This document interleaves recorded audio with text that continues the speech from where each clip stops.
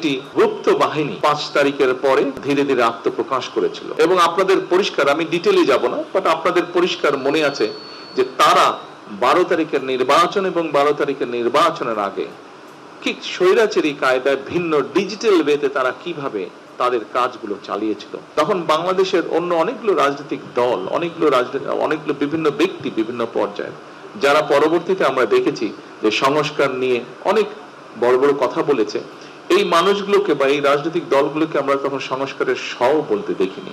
কিন্তু আজকে আমরা এই প্যান্ডেলের নিচে যারা বসে আছে একত্রে, আমরা কিন্তু তখন স্বৈরাচারের চোখ রাঙানিকে উপেক্ষা করে আমরা রাষ্ট্র সংস্কারের দফাগুলো আমরা দিয়েছিলাম।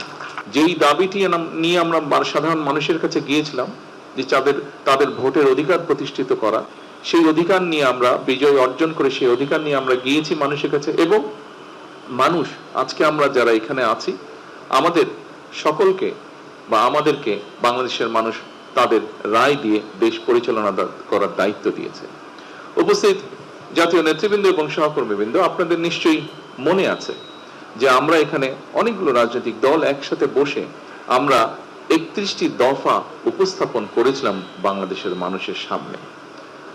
আপনাদের নিশ্চয়ই এটাও স্মরণ আছে যে 31 দফা রাষ্ট্র মেরামতের যে দফাগুলো আমরা উপস্থাপন করেছিলাম, সেটিকে আমরা সংস্কারই বলি, সেটিকে আমরা রাষ্ট্র মেরামতের দফাই বলি। আমরা যখন উপস্থাপন করেছিলাম তখন বাংলাদেশের অন্য অনেকগুলো রাজনৈতিক দল, অনেকগুলো বিভিন্ন ব্যক্তি বিভিন্ন পর্যায়ে, যারা পরবর্তীতে আমরা দেখেছি যে সংস্কার নিয়ে অনেক বড় বড় কথা বলেছে, এই মানুষগুলোকে বা এই রাজনৈতিক দলগুলোকে আমরা তখন সংস্কারের সও বলতে দেখিনি। কিন্তু আজকে আমরা এই প্যান্ডেলের নিচে যারা বসে আছে একত্রে, আমরা কিন্তু তখন স্বৈরাচারের চোখ রাঙানিকে উপেক্ষা করে আমরা রাষ্ট্র সংস্কারের দফাগুলো আমরা দিয়েছিলাম। প্রিয় সহকর্মীবৃন্দ, এই 31 দফা নিয়ে আমাদের সকলের একসাথে বসে রচিত যে 31 দফা, সেই 31 দফা নিয়েই কিন্তু আমরা যে নির্বাচন 12 তারিখের ফেব্রুয়ারি নির্বাচন, সেই নির্বাচনে জনগণের সামনে গিয়েছিলাম। এবং জনগণ গণতান্ত্রিক ব্যবস্থাপনায় জনগণ যে প্রস্তাবের পক্ষে রায় দেয়, সেটিকে জনগণের প্রস্তাব হিসাবে বিবেচনা করা হয়। কাজে আমি ব্যক্তিগতভাবে মনে করি একজন রাজনৈতিক কর্মী হিসাবে যে 31 দফা আমরা সকলে মিলে বসে রচনা করেছিলাম বা তৈরি করেছিলাম, সেই 31 দফার পক্ষে বাংলাদেশের জনগণ রায় দিয়েছে। এবং আমি মনে করি এইটি এখন বর্তমানে সমগ্র বাংলাদেশের গণতান্ত্রিক জনগণের এটি 31 দফা, শুধু আমাদের রাজনৈতিক দলগুলো নয়, বরং 31 দফা বাংলাদেশের জনগণের 31 দফা হয়ে গিয়েছে এখন। প্রিয় সহকর্মীবৃন্দ, 12 তারিখের নির্বাচনে আমরা সকলে একসাথে কাজ করেছি, আমরা 12 তারিখের নির্বাচনে সফল হয়েছি।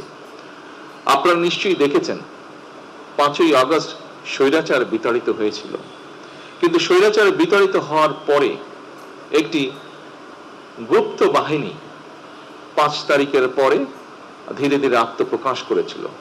এবং আপনাদের পরিষ্কার, আমি ডিটেইলে যাব না, বাট আপনাদের পরিষ্কার মনে আছে যে তারা 12 তারিখের নির্বাচন এবং 12 তারিখের নির্বাচনের আগে ঠিক স্বৈরাচারী কায়দায় ভিন্ন ডিজিটাল ওয়েতে তারা কিভাবে তাদের কাজগুলো চালিয়েছিল, কিভাবে তারা চেষ্টা করেছিল বাংলাদেশের জনগণকে বিভ্রান্ত করার জন্য।